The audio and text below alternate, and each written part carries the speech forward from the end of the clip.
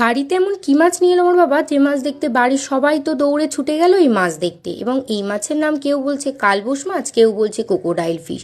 এবং এই মাছ নাকি বাড়িতে রাখা এখন আইনত অপরাধ, এবং এই মাছ নাকি বাড়িতে রাখাও যাবে না।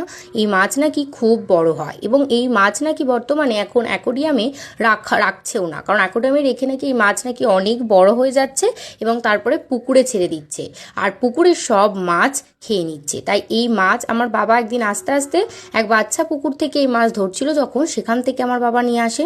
তা আমরা তো এই মাছ দেখতে দেখে চমকে গেছি। এবং এই মাছটা যখন ফার্স্টবার দেখি, গায়ের রংটা তো পুরো একদম, দেখো এই মাছের গায়ে এতটাই শক্তি, আমি পাটকাঠিটা দিয়ে টেলছি রীতিমতো, উঠতে চাইছে না, দেখো পুরো একদম এঁটে রয়েছে। যারা এখনো পর্যন্ত নতুন আমার ভিডিও দেখছো, অথচ লাইক করছো না, কমেন্ট করছো না, শেয়ার করছো না, তোমরা সাবস্ক্রাইব করছো না, তোমরা তাড়াতাড়ি করো।